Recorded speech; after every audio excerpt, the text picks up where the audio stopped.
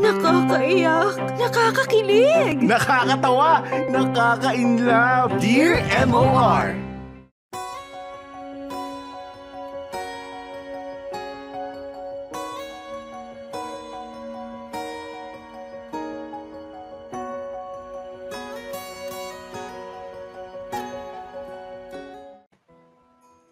Dear MOR, magandang tanghali sa inyo, Popoy at Bea, at ganoon na rin sa lahat ng nakikinig ngayon, Mapa Luzon, Visayas, at Mindanao man. Confident ako na marami ang nakikinig sa inyo kasi kahit sa lugar namin sa Cebu, malakas ang Dear MOR. Anyway, ako nga pala si Ethel. I'm a family person. Sa lahat ng ginagawa ko, sa lahat ng mahalagang pangyayari sa buhay ko, maganda man o hindi, pamilya ang kasama at karamay ko.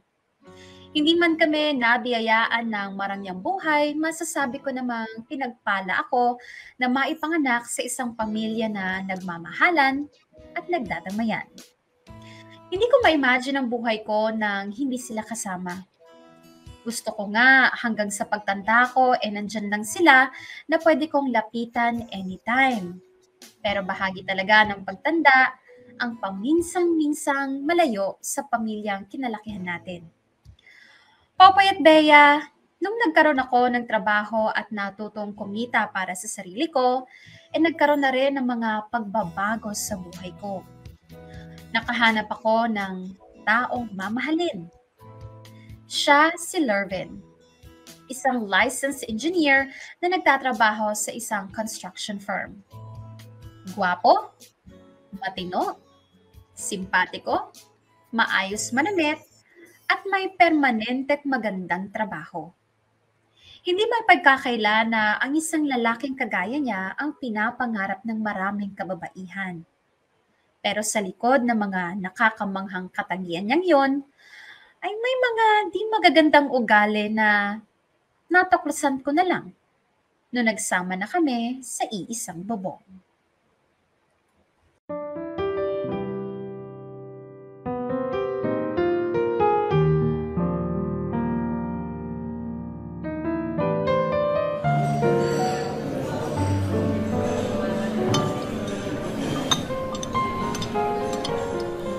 Oh, kumain ka na ng kumain. Kailangan mo na yan. Hoy, grabe ka naman. Anong grabe? Tingnan mo nga yung sarili mo. Parang hindi ka napapakain ng maayos. Halatang hindi ka naalagaan ng Lervin na yan. Hindi niya naman kasi obligasyon na alagaan ako. Pero ikaw, todo alaga sa kanya. Mas nakakapagod naman kasi yung trabaho niya. Maghapong nakaharap sa computer. Tapos sama-sama na lahat ng stress mula sa mga katrabaho, sa boss, pati sa client. Kaya mas kailangan niya ng alaga. O bakit? Yung trabaho mo ba hindi mahirap? Maghapon kang nakatayo at kumakausap ng mga customer na feeling entitled. Hindi mo ba deserve na maalagaan? Ay, hayaan mo na. Hindi lang talaga siguro siya ganun magmahal. Iba yung way ng pagpapakita niya ng pagmamahal niya. Ano? Ano yung way niya? Yung pananakit niya sa'yo? Diyos ko, girl, hindi ka ba napapaisip? Hindi ka mahal ng Lervin na yan. At hindi healthy yung relationship ninyo. Oh, tingnan mo yan. Alin? Ayan no, yung pasa mo. Pang ilang pasa na yan na natatanggap mo sa kanya, ha? Tatlo? Tatlo. Pero hindi ibig sabihin nun, 3 beses ka pa lang yung pinagbubuhatan ng kamay. Yung iba, hindi lang talaga nagpapasa. Anong gagawin ko? Ethel naman, malinaw pa sa sikat ng araw kung ano yung dapat mong gawin. Hiwalayan mo na yung lalaki na yan. Hindi pwede. At bakit? Kapag ginawa ko yun, magtataka sila mama at papa. Alam mo naman yung mga yun, sobrang concerned sila sa akin. O gano'n naman talaga dapat, di ba? Pasalamat ka pa nga, concerned sa'yo yung parents mo eh. Kaya lang siguradong magtatanong yung mga yun kung ano yung nangyari. Siyempre, hindi naman ako makakasagot ng diretsyo, mag-iimbestiga yung mga yun. Ayokong malaman nila yung totoo. So ano? Hahayaan mo na lang abusuhin ka ng jowa mo? Titiisin mo na lang? Siguro. Malamang, kung yun lang yung pwede kong gawin para hindi na lumala pa yung sitwasyon. Baka gano'n na lang talaga yung gagawin ko. Tanga ka na talaga? Anong inihintay mo? Mapatay ka niya? Hindi naman siguro aabot sa ganon. Anong hindi? Kayang-kaya kanyang saktan ng pisikal. Malay ba natin kung ano pa yung kaya niyang gawin sa'yo? Magbabago naman siguro yung tao. Hindi naman siya dating ganon eh. Nasa-stress lang siguro talaga sa work at ako lang yun ang pagbubuntanan niya. Ganon naman talaga sa relationship eh. May mga ups and downs, di ba? Girl, hindi kasama sa ups and downs yung pagiging abusive. Desisyon niyang saktan ka at pinili niyang saktan ka. Ayaw mong sabihin sa parents mo?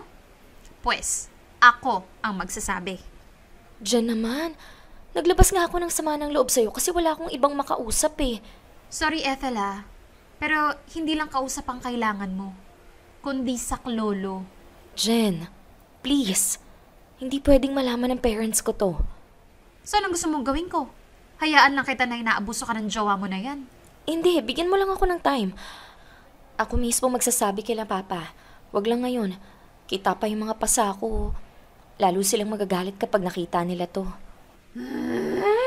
Jen, please. Mag-promise ka sa akin na hindi ka magsusumbong sa parents ko. Lalong-lalo na kay Papa. Ewan ko, Ethel hindi ako makakapag-promise. Please, Jen. Kung kaya natin gawa ng paraan yung problema mo habang maaga pa, ayusin na natin. Ayoko magsisi na isang araw, bangkay ka na dahil dyan sa katanghan mo sa jowa mo. Hindi ako papayag na mahuli ang lahat bago pa kita matulungan.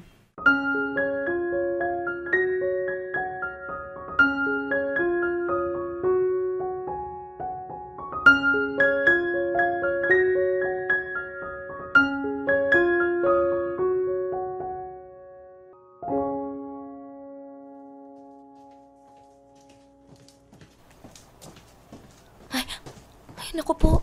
Ang dami pa palang hugasin dito sa kusina. Kailangan ko nang linisin lahat to. Pag nadatnan to ni Lervin, siguradong magagalit na naman yun. Ano ba naman yan? Kung kailan may ginagawa, tsaka pa may tatawag eh. Ay, nasa na ba yung phone ko? Ay, nilapag ko nga pala sa kwarto ko kanina. Sino kaya to? Si Papa? Bakit kaya? Ethel! Naku, Ethel! si Lervin ata yun. Babe? Ito, bakit ang daming kalat sa kusina? Sorry babe, lilinisin ko na dapat kanina eh. Kaso biglang tumawag si Papa, hindi ko nga nasagot agad eh. Di ba kabilin-bilinan ko na ayaw kung may nadadatan akong kalat sa bahay? Gulong-gulo na nga yung isip ko sa trabaho, puro gulo pa yung aabutan ko dito. Ayusin ko na babe, wait lang. Wala na, sinira mo na yung araw ko. Ano ba kasing ginawa mo buong maghapon? Nagtrabaho kasi ako eh, kakarating ko lang halos. Ilang beses ko na ba kasing sinabi sa'yo na mag-resign ka na dyan sa trabaho mo? Ang liit-liit naman na sinasahod mo dyan eh. Trabaho mo mapatatawag yan? Nakatayo ka lang maghapon? Babe, wag mo namang maliitin yung pagiging sales lady ko. Marangal na trabaho naman yun eh. Marangal? Marangal ba yung halos halikan mo na yung puwet ng mga customer nyo para lang magkaroon ka ng benta? Para makakota kayo? Halos tanggalan na nga kayo ng dignidad dyan sa trabaho mo na yan eh. Walang masama sa hanap buhay ko, Lervin. Kumikita ako sa malinis na paraan. Ikaw lang yung mababang tingin sa mga kagaya namin eh. Pareho lang tayong alipin ng salapi. Ikaw halos sambahin mo na yung mga kliyente mo at maging sunod-sunuran sa kanila. Para magkaroon ka lang ng project. Ano sinabi mo? Hoy, at least ako malaki ang sinasahod ko sa trabaho ko. At nakapasa ako sa board exam ikaw. Ano may pagmamalaki mo? Ha? Wala. Kaya wag mo sasabihin na pareho lang tayo. Mag-resign ka na dyan sa trabaho mo ha. Mag-focus ka na lang dito sa bahay. Barya-barya lang naman kinikita mo dyan eh. Ako nang bahala sa lahat ng gastusin. Kayang-kaya kong i-provide kahit anong gusto mo. Kaya sa ayaw mo't sa gusto, susunod ka sa akin.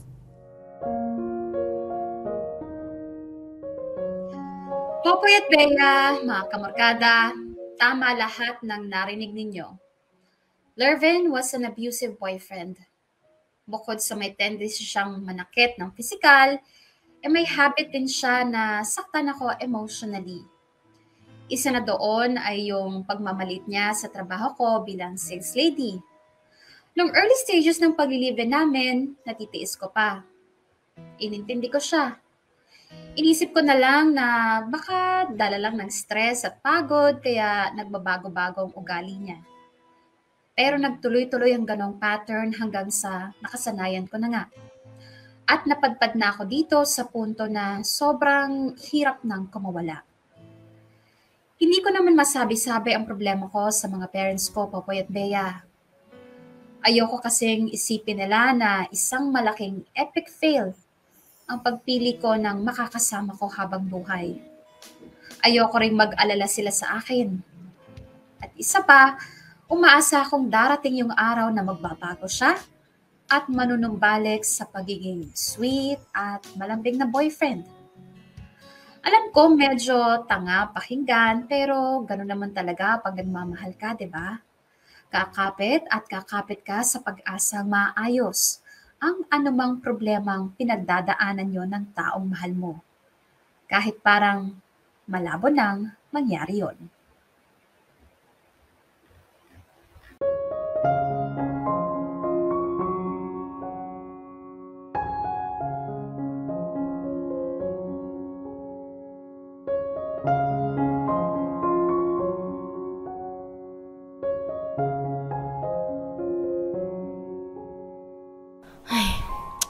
Akala ko pa naman makakapagpahinga ako ngayong day off ko.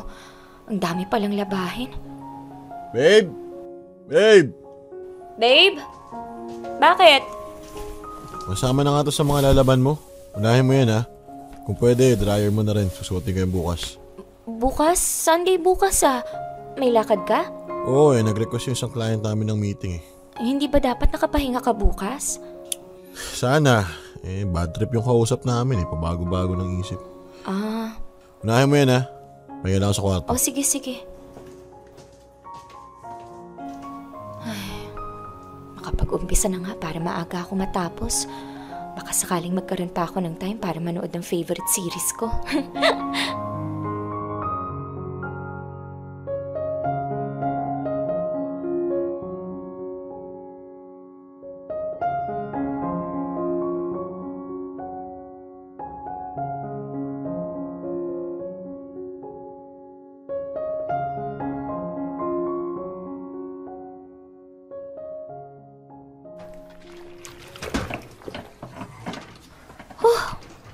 Konti na lang, matatapos na rin ako. Tao po. Ethel. Papa? Teka, hindi naman siya nagsabi na pupunta siya dito ngayon ah. Ethel, anak. Wait lang po.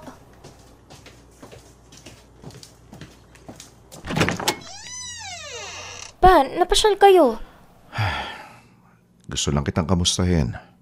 Ano, kumusta ka ba dito? Okay lang naman pa. Tara, pasok po kayo. Anong gusto niyo pa? Kape? Ipagtitimpla ko kayo. Hindi na. Katatapos ko lang mag-almusal sa bahay. Ganun po ba? Tawagin ko lang si Lervin para may makausap kayo dito. Naglalaba po kasi ako eh.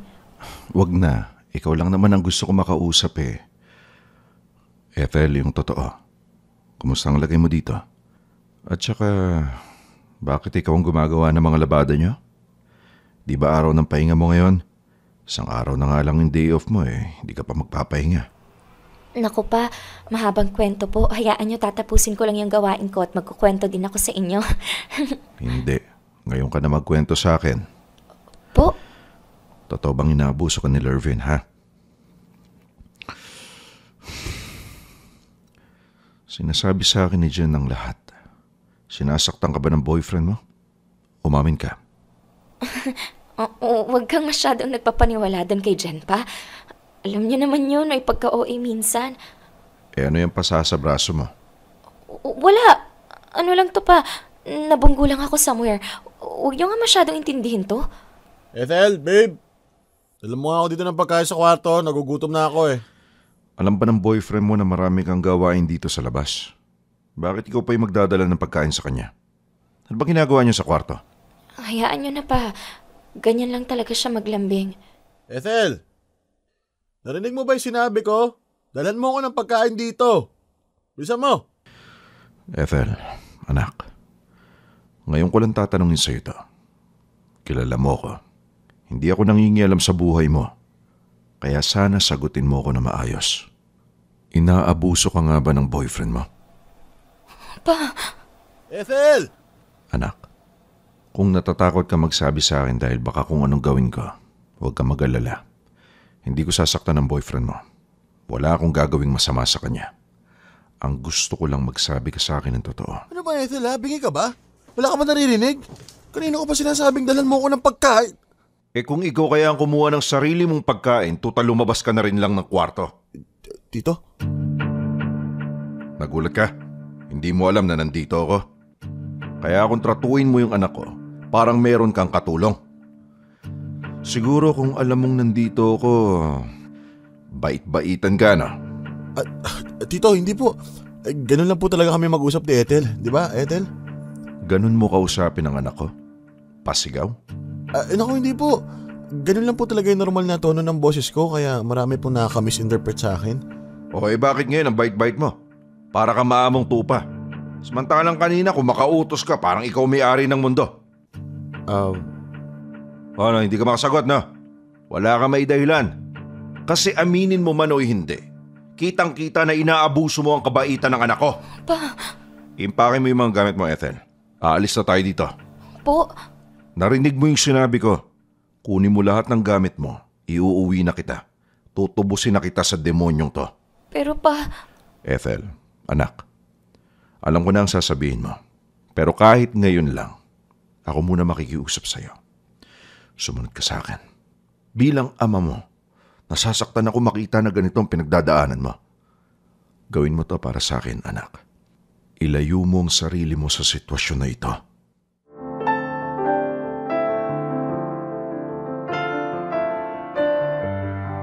Popoy at Bea, wala na nga akong nagawa kundi sumama sa papa ko pauwi ng bahay. Wala na rin naman kasing dahilan para hindi ko gawin yun. Total, alam na rin naman nila kung ano ang totoong nangyayari, di tatanggapin ko na yung saklolong inabot nila sa akin. Mahirap, Popoy at Bea. Ang sakit tanggapin na minsan na nga lang ako magmahal, palpak pa. Sobrang in denial ako. Kinukumbinsi ko ang sarili ko pati ang pamilya ko na hindi ko kailangan ng tulong nila. Pero ang totoo, deep inside, umiiyak ako at gusto kong humingi ng mahigpit na yakap mula sa kanila. Mabuti na lang at to the rescue ang papa ko. Hindi ko man naikwento sa kanya ang lahat ng pinagdaanan ko, alam na alam niya kung gaano ako nasasaktan. Unti-unti kong pinilit ang sarili ko na makaahon, Popoy at Bea. Sa mga panahong nalulungkot ako at binibisita ng bangungot ng pagsasama namin ni Lervin, pamilya ko ang naging karamay ko. Sa kanila ko ginugol ang lahat ng oras ko. Nag-resign ako mula sa trabaho at inilaan ang oras ko sa bahay. Hindi ako pinabayaan nila mama at papa hanggang sa tuluyan na nga akong manumbalik sa dati kong sigla.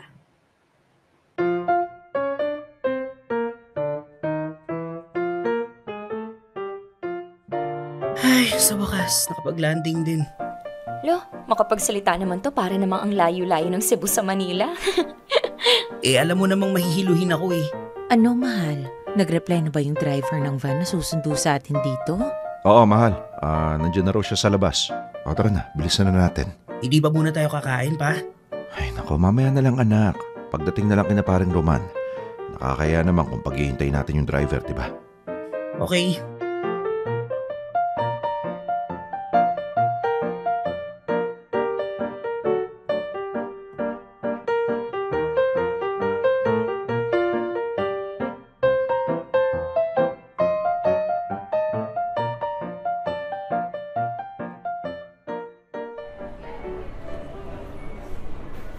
Sir, ma'am. Ayun, siya na yata yung kumakaway, mahal. Ay mukha nga.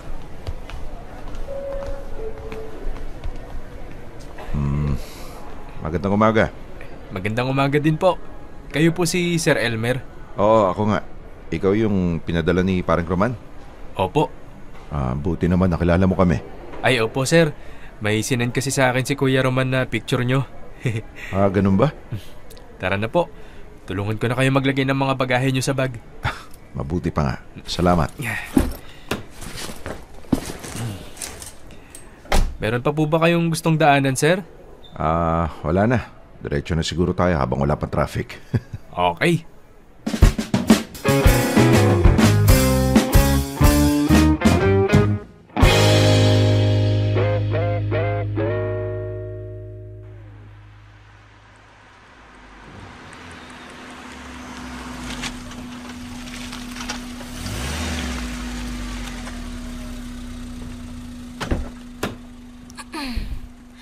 Grabe, mas matagal pa yung biyahe sa van kaysa sa eroplano Nako, ma'am. Masanay na kayo dito sa Maynila. Talagang kabi-kabila ang traffic dito eh. Salamat ha, sa pagsundo sa amin sa airport. Ano nga ulit ang pangalan mo? Tolits po. Sige. Tolits. Salamat ulit ha. Wala pong anuman. Paano? Mauna na po ako. Igagarahe ko pa po itong van eh. Ingat ka, iho. Salamat po.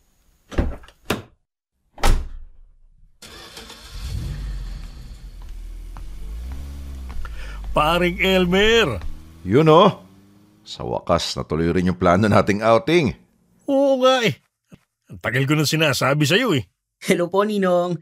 Mano po? Uy, ito na ba si Moy? Oo pare. Aba, malaking-malaki na pala, no? Sinabi mo pa. At ito naman yung panganay ko, si Ethel. Hello po.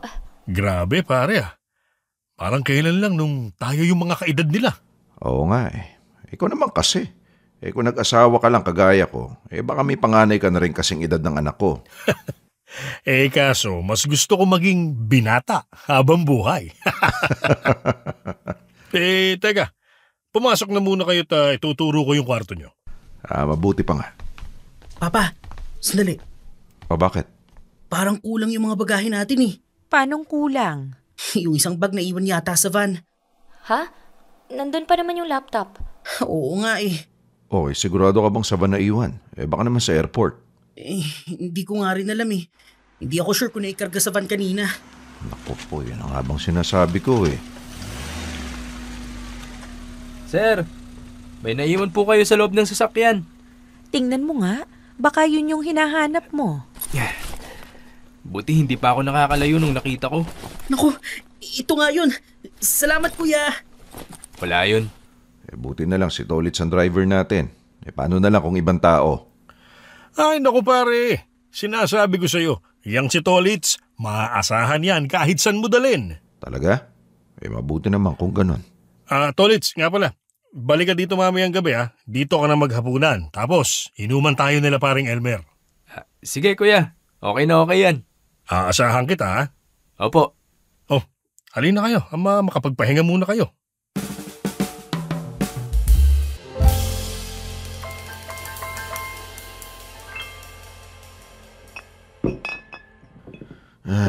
Sinasabi ko sa'yo pare, sa susunod na may lalaking manakit dyan sa panganay ko, patawarin ako ng Diyos pero hindi ako magdadalawang isip na baliin ang leeg nun. Ay, si Papa talaga Hinay-hinay lang sa pag-inom. Mukhang kailangan na rin ihatid ni Bossing sa kwarto Tulungan na kita. Okay lang? Oo naman. Sanay ako mag-asikaso ng mga lasing, no? Teka. Hindi ako pakilamerong ama. Pero pag sinaktan nyo ang anak ko, tawagin nyo lahat ng santo. Ang kulit pala nitong papa mo. Naku, ganyan yan. Pag nalalasing, walang preno ang bibig. Kung gaano siya katahimik na tao, gano'n naman siya kaingay pag nakainom ng alak. Tara, hatid na natin siya sa kwarto nyo. Mabuti pa nga.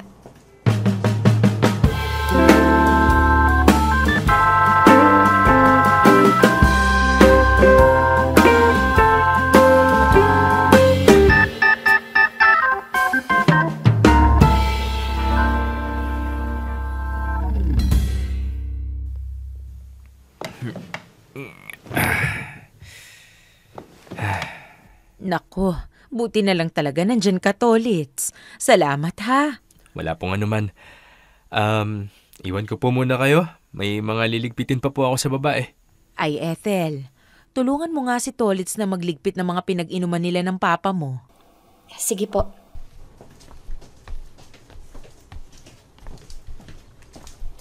Ang dami palang nainom nila papa Kaya pala lasing na lasing. Ngayon lang din nakainom ng ganyan karami si Kuya Ramon, kaya ayan, plakda. Pero ikaw parang sanay na sanay ka ah. Hindi naman. Talagang mahina na rin siguro stamina ng mga matatanda.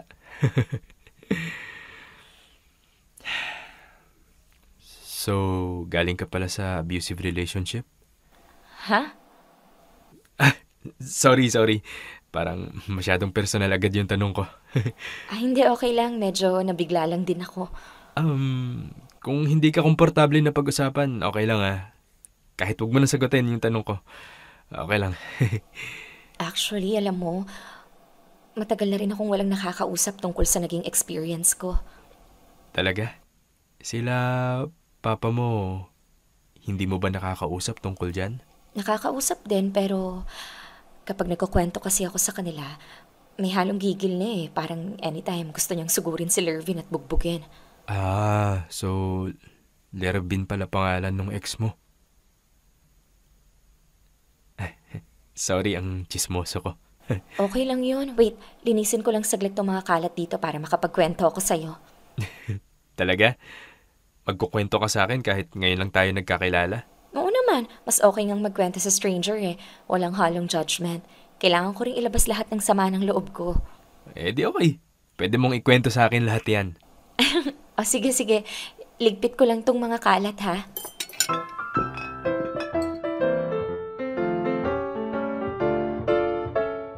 Popoy at Bea, malaki ang naitulong ng bakasyon na yon para sa healing ko. Well, una sa lahat, kasama ko yung mga taong totoong nagmamahal sa akin. Pangalawa, naging busy at occupied ang utak ko sa dami ng ganap, kaya walang puwang ang negative thoughts. Pangatlo, nagkaroon ako ng bagong kaibigan, si Tolitz. Simpleng tao lang siya, Popoy at Bea.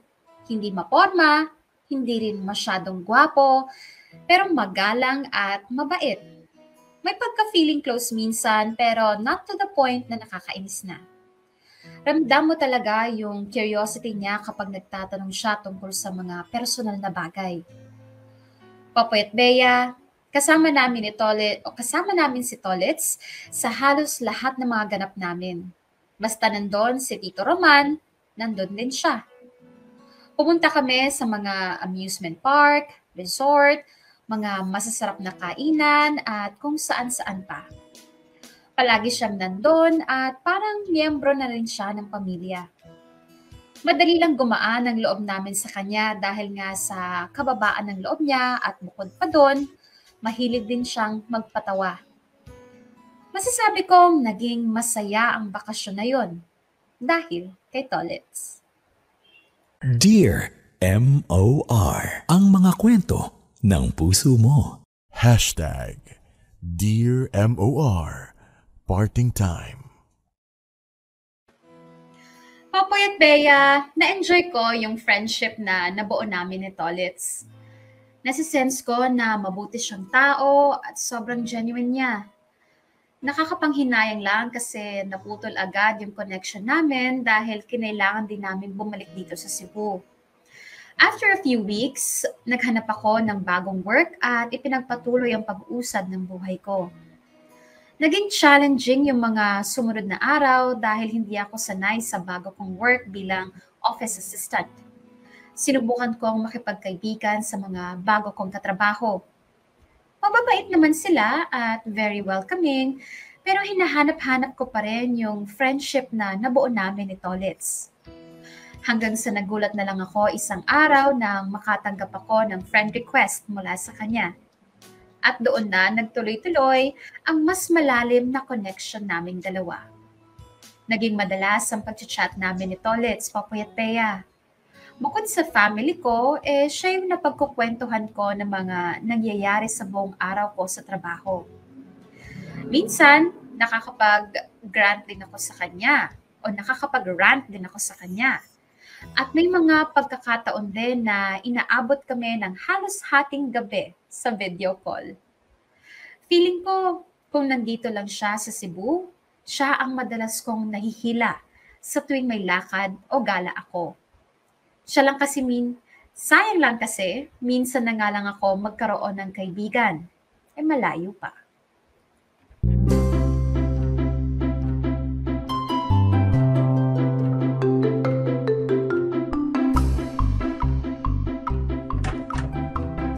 Ethel, Moy, Po, Papa?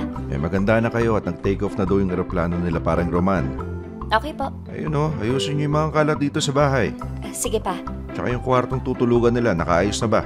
Ay nako, kahapon pa nakahanda yun, mahal. Ikaw naman, masyado kang kabado eh. Minsan lang kasi mamasyal dito yung kumpare ko na yon. At saka, kita nyo naman kung gaano kaganda yung pag-welcome niya sa atin sa bahay nila, hindi ba? Oo, mahal. Alam naman namin yun. Huwag kang mag-alala. Hindi ka namin ipapahiya sa kumpare mo. Salamat, mahal. O siya, mauna na muna ako sa airport para sunduin sila, ha? Ingat pa.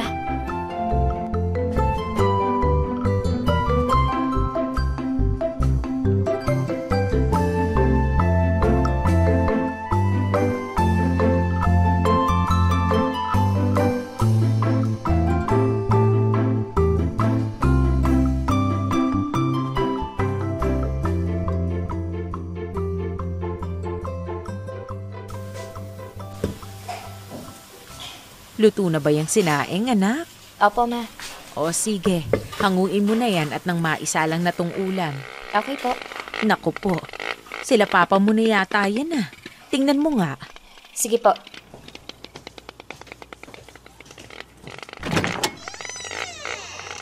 Buti na lang pala pare at di kayo masyadong malayo sa airport. Oo naman. Kaya kahit kailan mo gustong pumunta dito, pwede. Mahigit 1 oras lang naman yung biyahe sa eroplano eh. Nako pare, ang totoo, pinilit lang ako na itong si Tolits na mamasyal naman dito. May gusto yatang makita eh. Hi, Ethel. Hi. Yun, nagkita rin sa wakas ang dalawang magkaibigan. Uy, kuya.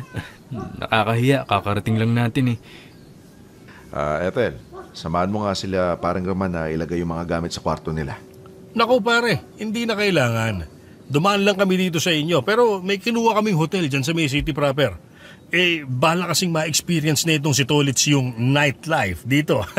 Nakakahiya naman kung uuwi kami ng gabi dito sa inyo, di ba? Wala namang problema dun eh. Bihira lang naman kayong pumasyal dito sa amin. Talaga? Kaso nabayaran na namin yung hotel eh. Sayang naman hindi na pwede i-cancel. Oo, sige. Pero hindi ako papayag na hindi kayo dito magapunan ha. Nagluto si Mrs. ng pagkain eh. Abay, siyempre, hindi namin hihindian yung luto ni Kumare. Sir Elmer, bakit hindi nyo na lang po kami samahan na mamasyal mamayang gabi? Kung okay lang po sa inyo. Aba, mukhang maganda yan ah. Itong si Ethel, maraming alam na magagandang lugar. Yun naman pala eh. Pwede ba kami samahan, Ethel? Sige po. Pwede. Ayun!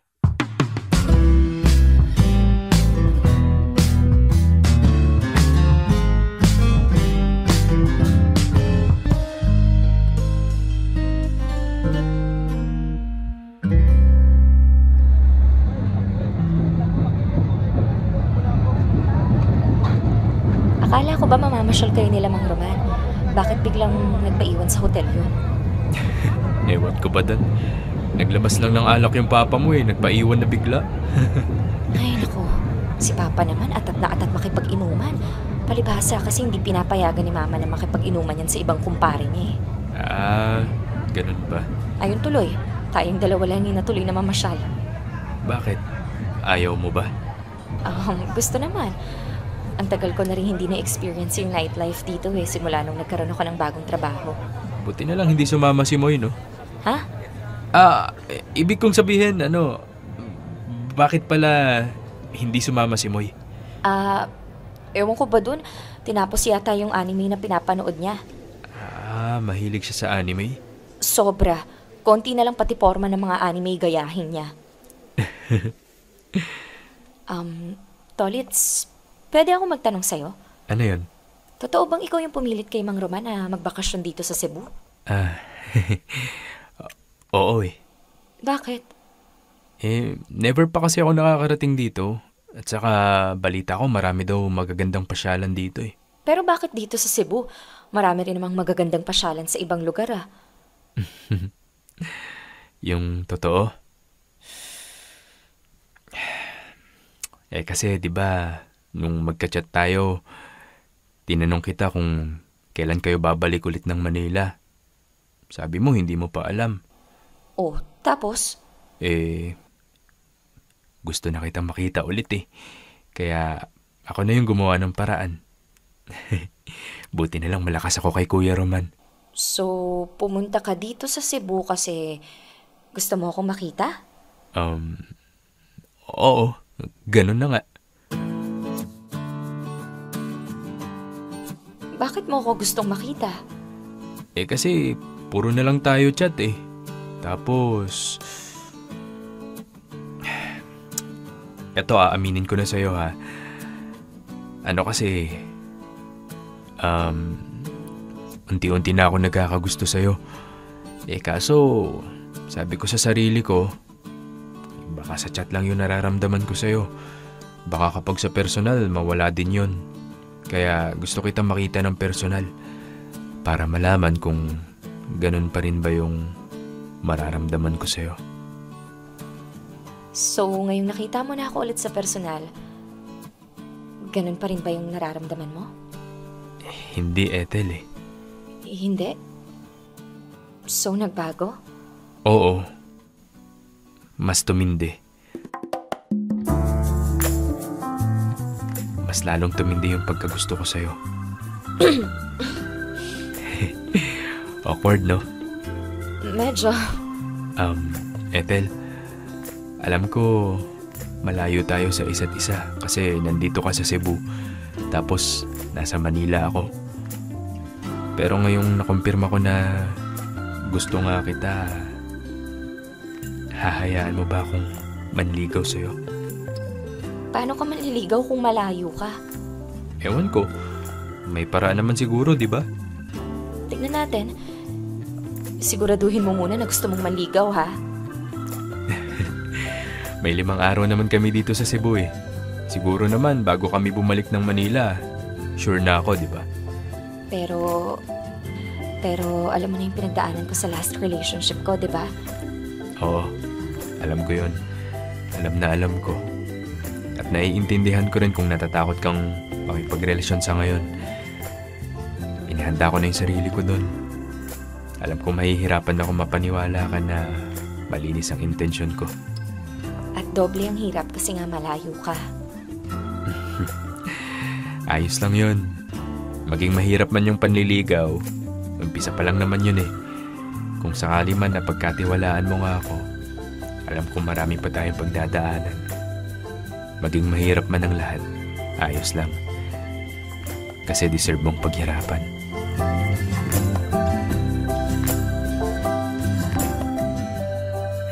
Popoy at Bea, ito walang halong etsyos ha. Hindi ko talaga intensyon na magkaroon ng bagong jowa nung time na yon. Sa hirap ng pinagdaanan ko sa past relationship ko, gusto ko muna sana mag-focus sa sarili ko and to take time bago magmahal ulit. Pero sobrang pursigido ni Tolets na manligaw. Kahit na alam niyang hindi pa ako ready, hindi siya napagod na maghintay. Hindi rin naman siya ganun kapushy kaya hindi ako na-pressure. Pinatunayan niya yung sinabi niya sa akin na deserve kong paghirapan. After almost a year, hindi na rin ako nagdalawang isip na ibigay sa kanya ang matamis kong oo. Hindi naging madali ang pagkakaroon ng LDR, Popoy at Bea. Kahit gaano ka ka-secure sa partner mo, dumarating talaga yung punto na mag-overthink at mapapraning ka. Lalo't bihira lang kayong magkita. Kung magkita man kayo, maiksing panahon lang. Weekend lang. Minsan, 3 days. Maswerte na kung makakapag-leave ako sa work para makasama siya ng 1 buong linggo. Never naman akong binigyan ni Tolets ng reason para pagdudahan yung pagmamahal niya sa akin.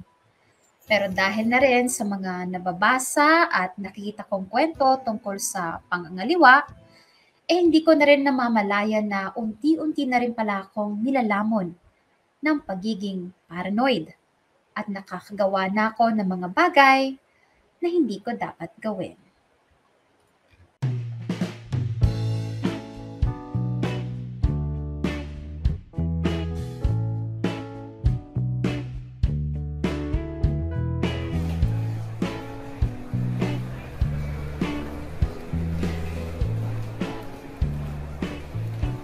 Ano? Gumawa ka ng fake account para itest ang loyalty sa'yo ni Tolitz? Oo, try lang naman eh. Nababaliw ka na talaga? Kasi naman, di ba, ang layo-layo niya.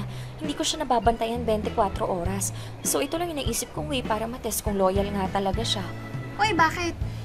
Binigyan ka ba niya ng dahilan para pagdudahan mo siya? Hindi naman. O hindi naman pala eh. Saan ang gagaling ang pagiging paranoid mo? Wala, nalulungkot lang kasi ako magkalayo kami. Malay ko ba kung may kalokohan ang ginagawa yun? Ay, nako, alam mo, gumagawa ka lang na ikakasira ng relationship nyo eh. Mukha namang mabait yung Tolitz ah. Si Lervin din naman, mukhang mabait din yun. Pero tignan mo yung ugali. Hoy, kahit salbahe si Lervin, kahit kailan hindi yun ang babae. Kaya hindi ko maintindihan kung bakit nakakaramdam ka ng ganyan. Ay, ewan ko ba? Siguro hindi lang ako sanay na nasa malayo yung karelasyon ko. Hindi ka naman pala yata ready sa LDR eh. E di sana hindi ka na lang pumasok sa relationship na yan. O, so anong balita doon sa ginawa mong fake account? Anong pangalang ginamit mo? Daisy? Oo. In-accept na ba ni Tolitz yung friend request mo? Ito na nga.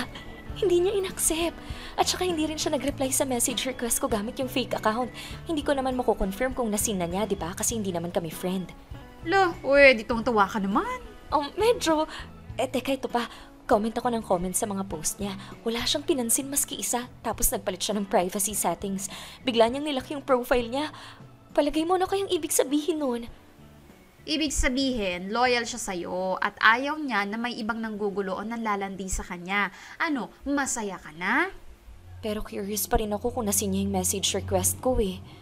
Girl, mukhang wala naman kasing tendency na magloko yung jowa mo eh. Huwag ka na maghanap ng butas o kaya gumawa ng ikakawasak niyo. Pwede. Pagtiwala ka lang sa kanya. Ganun naman talaga dapat, di ba? Sige na nga, hindi ko na siya pagdududahan. Pero mag-iingat ka pa rin. Kasi kasama pa rin talaga sa pagmamahal ang masaktan. Kita mo tong bruhang to. Kanina lang pinapalakas mo yung loob ko tapos ngayon ikaw pa magbibigay ng ikakakaba ko. Whatever. Kumain na nga lang tayo. Lilibre mo pa ako ng milk tea mamaya dahil sa pang-aabala mo sa akin. Fine.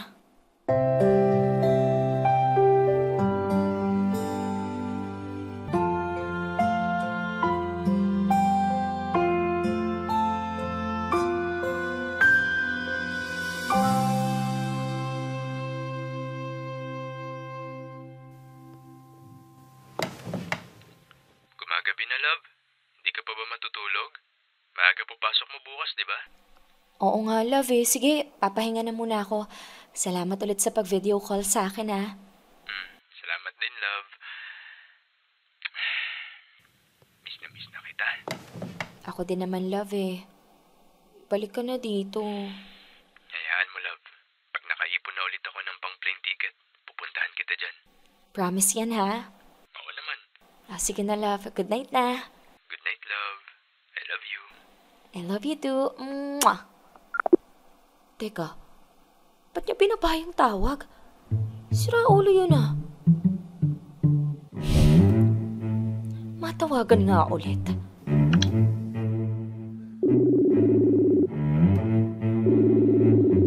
Hello, love? Bakit? Bakit mo binaba yung tawag? Ha? Di ba nag-good night na tayo? Oo nga, pero di ba ako lagi yung nag-e-end ng call? Bakit ikaw yung nag-end ng call ngayon? Love, mahalaga ba kung sino yung nag-end ng call? Oo, mahalaga sa akin yun. Kasi kapag ikaw yung nag-end, feeling ko atag na atag kang tapusin yung pag-uusap natin. Ano, nawawalan ka na ng interes sa akin? So, nung ikaw yung nag-end ng call, ibig sabihin ikaw yung matat-natat na wag na akong kausapin, ganun? Hindi ganun yun.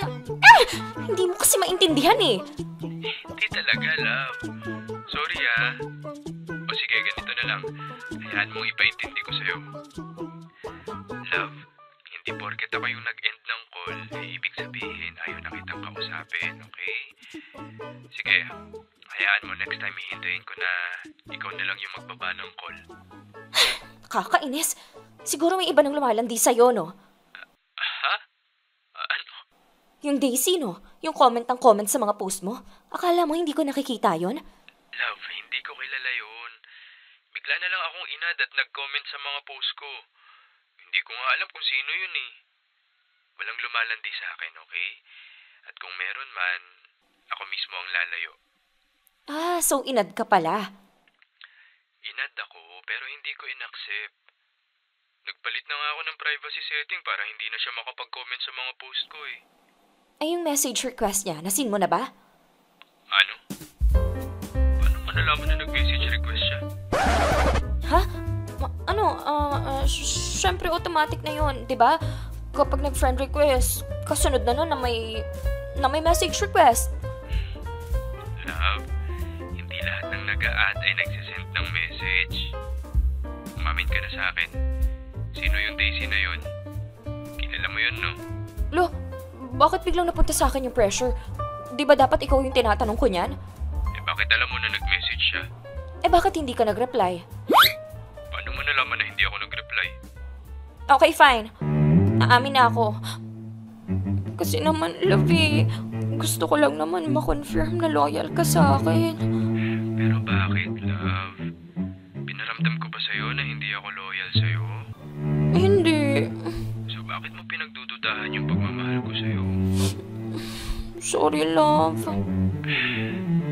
Okay, sige. Pagbibigyan kita ngayon.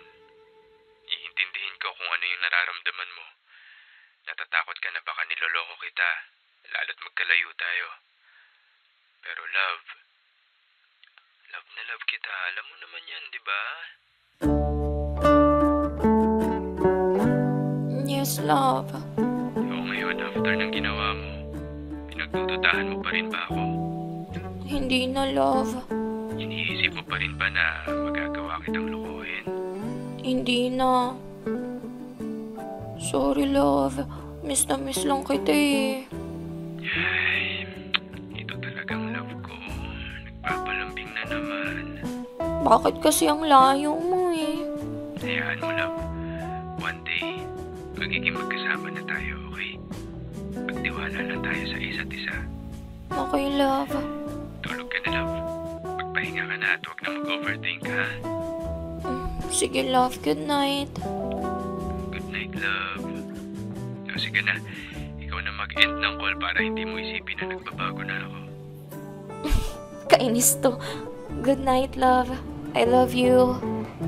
I love you too.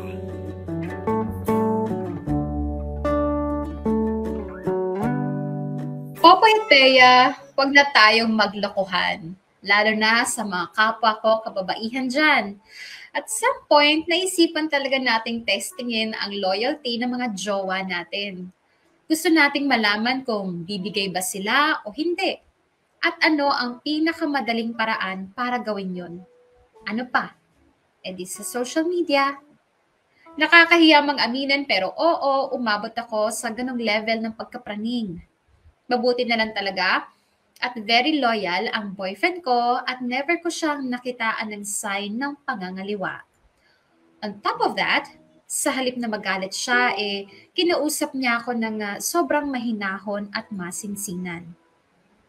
Lalong tumaas ang paghanga ko at lalong lumalim ang pagmamahal ko sa boyfriend ko, Popoy at Bea. Hindi lang dahil sa napatunayan ko na loyal siya sa akin, kundi dahil nakita ko ang maturity niya sa pag-handle ng relationship. Ang dami ko pangang pagpapabebe na ginawa. Hindi ko na idedetalye sa inyo kasi nakakahiya. Pero nakita ko kung paano ito i-handle ni Tolitz. O paano i-handle ni Tolitz lahat ng mood swings ko. Kung paano niya ayusin ang mga gusot namin nang hindi nagagalit at sumisigaw. Doon ko na na-realize na sobrang blessed ako para mabigyan ng boyfriend na kagaya niya.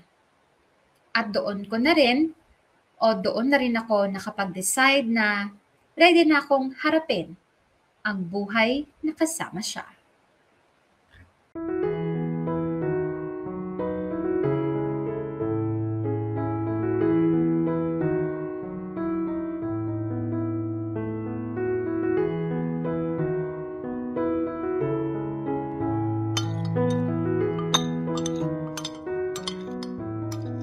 Oh, Ethel, bakit ang bilis mo yatang kumain? Busog na po ako pa. Sus!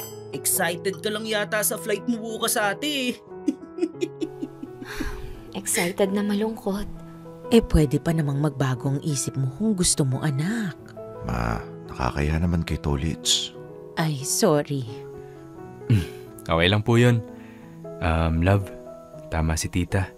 Kung hindi pa buo yung loob mo, pwede ka pa namang mag-back out. Hindi, love. Buo na yung loob ko. Ma, pa. Pasok lang po ako sa kwarto. Maghahanda na ako para sa flight bukas.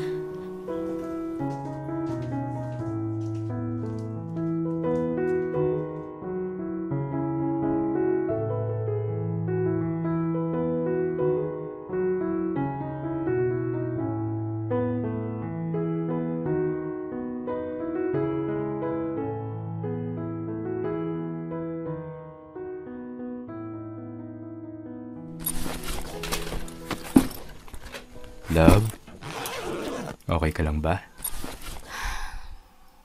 Yung totoo, love, masaya ako. Masayang masaya. Kasi finally, magkakasama na tayo. Ang tagal kong hinintay ito eh. Kaso, syempre nahihirapan ako magpaalam kila mama, kila papa. Kasi ngayon lang ako mahihiwalay sa kanila ng ganito kalayo eh. From Cebu to Manila. Pero, tatanungin kita ulit. Sigurado ka na ba na gusto mong sumama sa akin? Oo naman, love.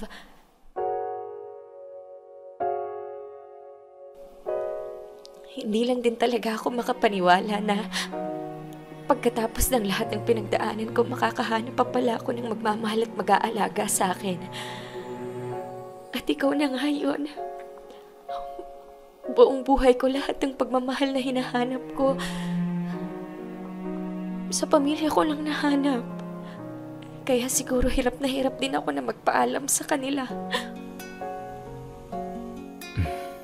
Naiintindihan ko naman yon, love. Huwag kang mag-alala. Dadalasan natin yung pag-uwi dito para makita mo pa rin sila, okay?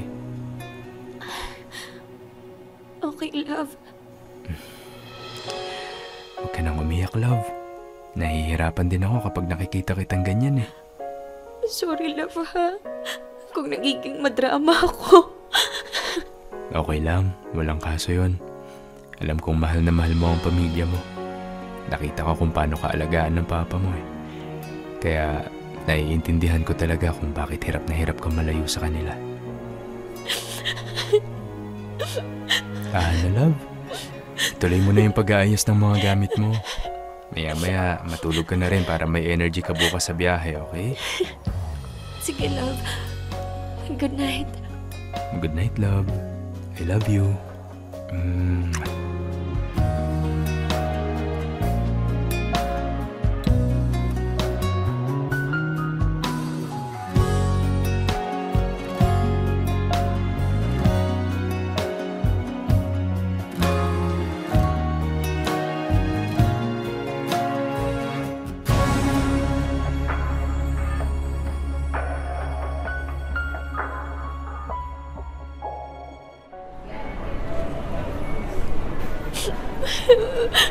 Love, malapit na tayo mag-board.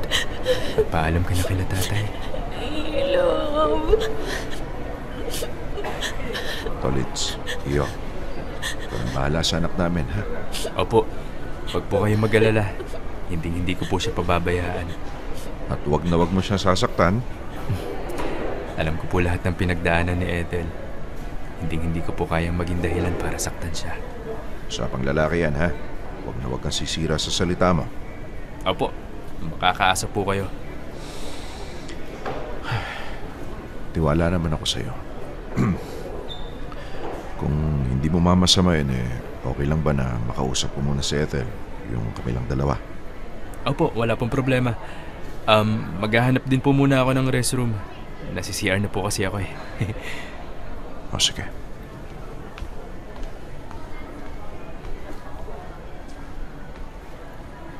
Ethel, anak.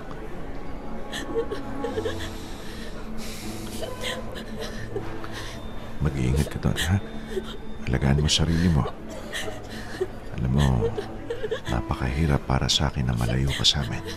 Pero, ganun talaga eh. Darating at darating sa puntong kailangan mo na rin harapin ang sarili mong buhay kasama ang iba. Pa, hindi ako sanay na sobrang layo sa inyo. Uuwi-uwi ka pa rin naman dito, anak eh. Magkikita pa rin naman tayo. Kailangan mong tatagan ang loob mo, anak, para harapin tong bagong buhay mo. Bagong umpisa, akong kasama. Pero kapag kailangan mo kami, nandito lang kami anytime, ha? Opo. At wag mong hayaan na abusuin ka ng lalaki na yan, ha? Alam ko kung sa siya huntingin, pero mahal ang plane ticket eh.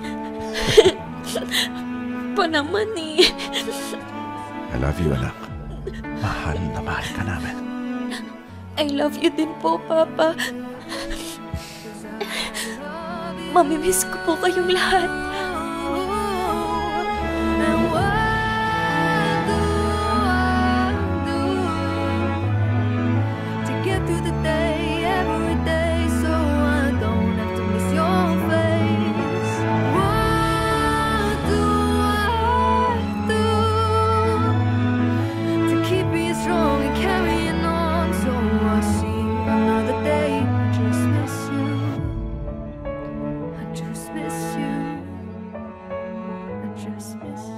Popoy at Bea, it takes a lot of courage para iwanan ng pamilyang kinalakihan mo at bumuo ng panibagong buhay kasama ang taong minamahal mo.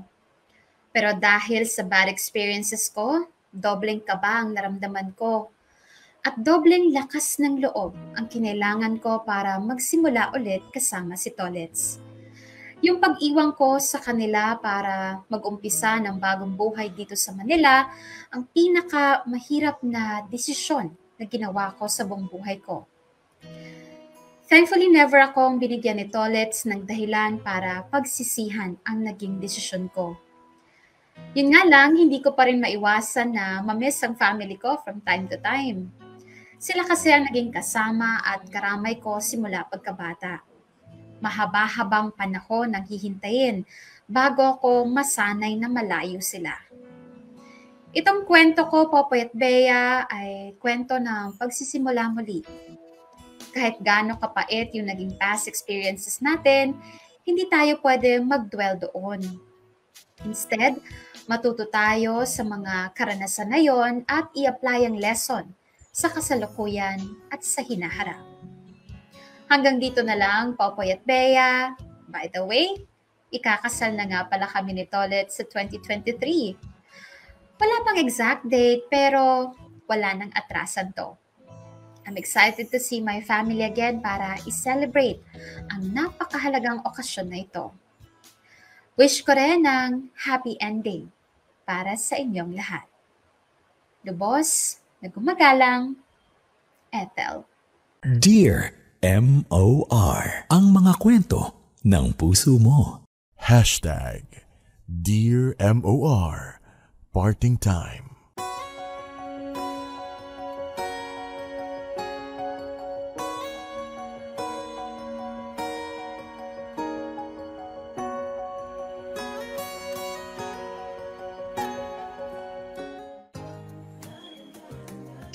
Mga kapamilya, oras na natin, it's 10 minutes makalipas ang 2:00 ng hapon at yan na nga po ang pagtatapos nitong kwento nila Ethel at buti na lang si Tolits ang kasama sa ending at hindi yung sino yung isa kanina, si Lervin, 'di ba? Si Lervin.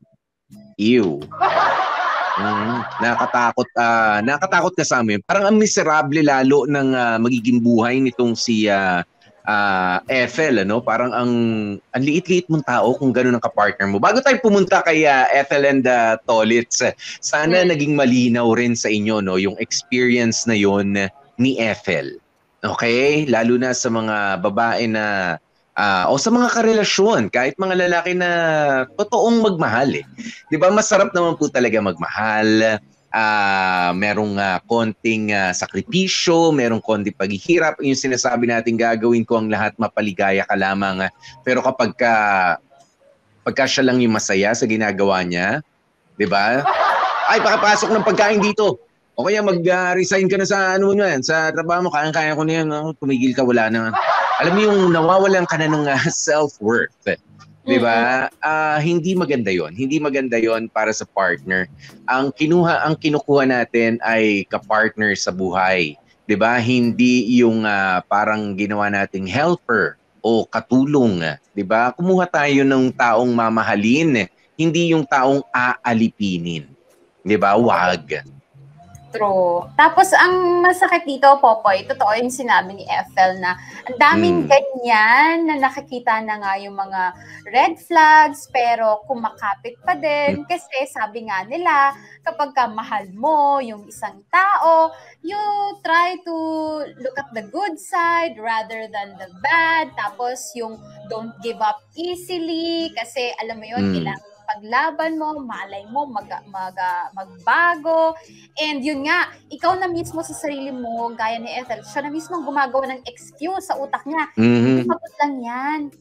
Stress lang yan, kaya yan ganyan. Pero ang totoo, mapapagod, mapastress, ganyan na talaga ang ugali nung yun na talaga, yes. lalaki. Yun na yung karakter niya, Bea. At mahirap nang baguhin ang karakter ng isang tao. Diba? Mula pa ng pagkabata yan at nagsimula magsalita, ganyan na talaga bunganga niya. Diba? Yun na talaga ang... At saka, wala na yan. Oo. Pero alam mo, doon na nga nakakatuwa yung papasok yung role ng family natin. Kasi syempre, Popoy, kahit pa sabihin natin, we're matanda na, we're independent na, may sarili na tayo pag-iisip, hindi pa talaga mawawala yung mga time na kakailanganan natin yung tulong nila. Gaya nito ni Ethel, may mga tao na katulad ni Ethel na alam naman nila na they needed help, pero hindi nila kayang kumilos on their own. At kailangan ng parang third person o outside person na kumilos para sa kanya o mag-initiate ng tulong para sa kanya. And for me, there's nothing wrong with that, mga kamarkada. Hindi naman kabawasan sa pagkatao natin yung hihingi tayo ng tulong, yung aaminin natin na, okay, hindi natin to kaya solusyonan mag-isa, hindi natin na kayang umalis sa ganitong sitwasyon, kailangan natin ng tulong. At buti na lang, Popoy, no? Buti na lang ang family ni Ethel is may initiative pa rin.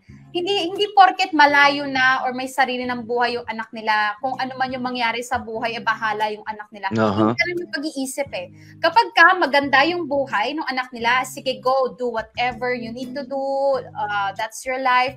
Pero pag nakita nila na, teka, may mali na, teka, nasasaktan na yung anak ko, or kung sino man yung kapamilya na yan, kailangan mangialam na ako. Sana maganda yung ganong klase ng family, Popoy, no? Yung hindi ka pakikialaman, hindi ka pangungunahan, pero marunong makaramdam pag kailangan mo ng rescue, pag kailangan mo ng tulong, at doon talaga, ang tawag dito, sila mismo yung talaga mag-i-initiate na tulungan ka. At hindi nila papairalin yung matanda na yan, alam na niya, walang gagawin, ang dapat gawin. Kaya kudos talaga sa family ni Ethel. Pero alam mo, kahit na successful pa man, kahit okay yung pinasok na buhay ng anak mo, you just have to be there, di ba? Para kumustahin, di ba? Ay, hindi naman lisensya na, ay naku, napakaganda na ng buhay namin, hindi na namin kailangan ng mga payo ng mga magulang namin. Of course, ang success natin bilang mga anak ay masusukat din doon sa kakayanan natin tumanggap ng mga pagpapayo pa rin mula sa ating mga magulang. 'Di ba? At sana nga tama 'yon, no? Ganyan yung mga magulang kahit ano pa man. 'Di ba? May mabalitaan kayo, wala kayong mabalitaan, you take the initiative na kumustahin ang inyong mga anak. Kung kailangan ng tulong ninyo, go ahead. Kung hindi naman kailangan, at least nakapangumusta ka pa rin. Minsan kasi, Bea, ang iniisip natin kapag tahimik naman, okay naman, Sige, mukhang okay lang naman. Mukhang okay. Ayan, pero minsan yung katahimikan, yun paminsan yun na mas lalo nating pakaingatan. At lalong kumustahin, masyado yatang tahimik. 'Di ba? Kaya, nako, eto, balik naman tayo doon kay Ethel at kay Tolitz. Ito mga nasa comment section natin dito sa FB. Huwag nyo nang ipilit naman. Hindi nga, pinipilit pag ikombinasyon yung pangalan ni Ethel tsaka ni Tolitz. Ano daw? Huwag na. Pwede naman natin sabihing and, 'di ba? Ethel and Tolitz. Pwede naman Tolitz and Ethel. Ano bang hina-hashtag nila? Parang medyo masagwang totel, ganyan, merong tifel, gano'n. Merong mga kombinasyon ng pangalan na hindi na maganda. Hindi na maganda. Huwag nating ipilit. Pagkatingin ko pa lang doon sa sa pangalang Ethel Tolitz, may nakita na akong kabardagulang wag na, tigil nyo yan. Pero Popoy, bago tayo magpatuloy, request ko lang, pwede bang magbigay daan tayo para sa ating kaibigan na ang tagal nawala, pero ngayon ay muling nagbabalik. Please welcome on the show, the one and only Riven. Hello, Riven. Welcome back to the show. Maraming salamat. Welcome back na rin sa Swedish krone mo na 13. Dati-rati 3-0 yan Ba't naging 1-3 na lang? Riven, kamusta ka na? Ano nangyari sa'yo? Ang tagal ka naming hindi na-experience. Ikwento mo naman, heartbroken ka ba? May nangyari bang hindi maganda? Chika mo naman. Seryo, umurong lang naman yung oras. Nag-adjust lang ng oras. Kaya parang tulog pa siya pagka nag-uumpisa tayo. Yun lang naman yata, Riven, no? Daylight saving. Knowing Riven, no. Kasi ginawa na niya yan dati po. Ang daming beses niyang ginawa yan po. Kapag nag-heartbroken siya, hinahanap niya yung sarili niya, nawawala siya dito sa atin. Tapos, saka siya babalik dito. Diba? Aminin mo, may nangyari dyan. Ayan. May nauna na sa taas na padala. Okay, hindi ko nakita. Nagpadala na pala ng 13. Na sinundan ng 13, na sinundan ka ulit ng, magkano yun? Ng 27. Ayan. Bang klase ka usap to si Riven din minsan mula sa Sweden. Riven of Sweden. Diba? Maraming salamat. Thank you, Riven. Welcome back. Huwag ka nang alis, ha? Okay, let's go. Tuloy ang show. Diba? Hay nako. Kumusta ba ang mga natin? Mga komento. Sabi ni Jamie Salazar, progress is something that should be celebrated. Congratulations, Miss Ethel and Tolitz. Your story is a reminder that we should never allow any abuse to lurk around us. Don't lose yourself for the sake of other people. Love yourself more, protect yourself more, stand your ground. Salamat sa tapang na i-share mo sa kwento mo, Miss Ethel. All the best sa iyong to your relationship and soon-to-be family. Thank you, Jamie Salazar. Very well said. Wala akong masyadong walang inedit doon sa binasa ko. At saka, alam mo po, ang nakakatuwa dito sa sa story ni Ethel at saka ni Tolitz. Yung unang jowa ni Ethel, ang daming chika, di ba? Gaponetti. Gandara Bells ng trabaho, 'di ba? Parang dream guy ganyan, pero ang show Mr. Dream Boy. Oo. Pero pagdating dito kay Tolitz, napaka-simple lang nung description niya. Parang mga saksaks lang, 'di ba? Sakto lang yung gito, sakto lang yung ganyan. Pero yung ugali talaga yung deal breaker. Pagdating doon sa sa mga criteria na yon, nag-umpisa sa friends, sa biruan, nadadala ni kung saan-saan hanggang sa ayan na nga, naging sila. Patunay lang talaga na it's not always that status of the person yung magiging basihan kung magiging okay yung relasyon or yung buhay nyo together. It's always the character. Number one talaga yung character, yung ugali at kung paano ka tratuhin at pakisamahan. Yun talaga. It's not the physicality or the trabaho. Oo naman, lilipas lahat yan. Yung physical attributes ng tao, lilipas yan. Although hindi nyo pa nakikita masyado kay Popoy at kay Bea, di ba ang paglipas ng kagandahan, ng kagwapuhan, merong iba naman. Oo, meron naman kasing iba, Bea, na mabagal yung pagtanda ng itsura, di ba? Meron nagiging and it's a gift. So, Di ba? It's a gift. Pero, ito naman, para sa mga sabihin na natin, mga good-looking people out there, nasasabihan kayo ng gwapo, nasasabihan kayo ng maganda, wag nyo naman masyadong gamitin ito sa inyong mga partner. Lalo na kapag ang partner ninyo ay sa tingin ninyo, hindi naman ganun kagandahan, hindi naman ganun kagwapuhan, di ba, na para abusuhin sila. Di ba? Na parang, ay nako, hindi ako iiwan yan kasi pogi ako eh. Hindi ako iiwan yan kasi maganda naman ako eh. Huwag niyong pakakaisipin yan. Dahil baka mangyari sa inyo itong kay Ethel. Di ba? Na, ay nako, kahit gwapo ka pero binabastos mo na ako, inaabuso mo na ako, inaalila mo na ako, akala ko partners tayo. Ay nako, iiwan at iiwan kayo ng taong ganyan. Maganda ang kalooban ni Ethel. Maganda ang kinalakihang pamilya. 'Di ba? Kaya kahit naman hindi kagwapuhan si Tolitz, ay mas masarap kasama 'yun, Bea. 'Di ba? Yung ganung tao na simple lang. 'Di ba? Tsaka sumasagot sa phone kapag pinagdududahan. Kapag pinagdududahan na, ba't nauna ka nagbaba? 'Di ba ako dapat yun ba? Sige. Kung gusto mo, mamaya pagkatapos ikaw magbababa. Ganyan. Ang cute nun, ang cute nun. Oo, pero alam mo, Popoy, maraming magsasabi, nakakainis siya pagiging pabebe ni Ethel, ganyan-ganyan. Kailangan pag-ganyan.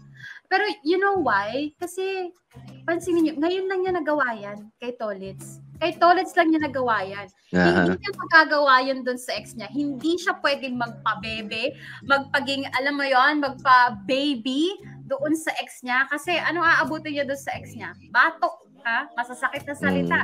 Kaya alam niyo, uy, namimisikal Oo, totoo yun, namimisikal. Kaya ako, para sa akin, kahit medyo pagbigyan natin si Ethel, kasi hindi na niya nagawa yan, yung pagiging... Tsaka, Bea, regardless of your age, kapag feeling mo gusto mo magpa-cute, minsan, sa tamang partner, ang sarap niyan. Aminin nyo.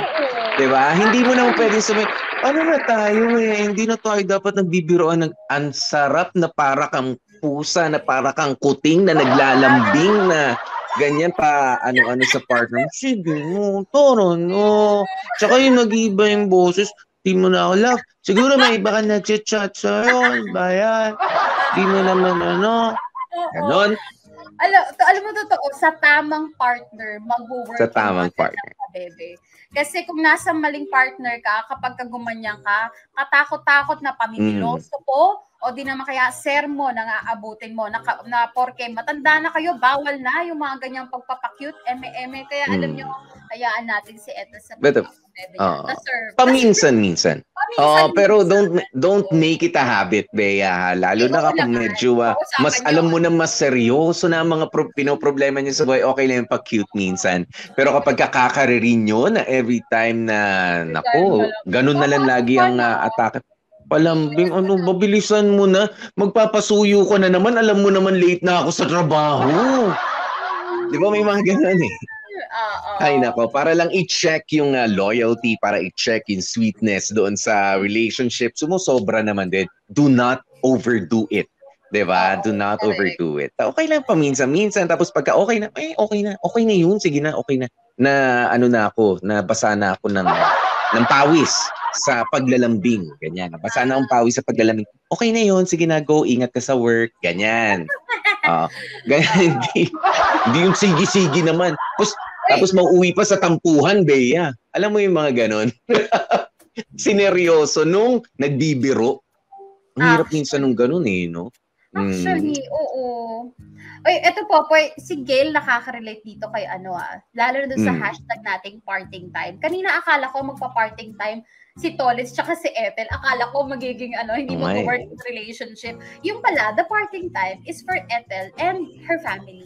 Na, alam mo, marami sa atin talaga ang ganyan. Na kapag alam mo yung gagawa na tayo ng sarili nating buhay, sasama na tayo dun sa taong love natin, kailangan nating mapalayo doon sa family natin na masasabi natin comfort zone natin, ika nga.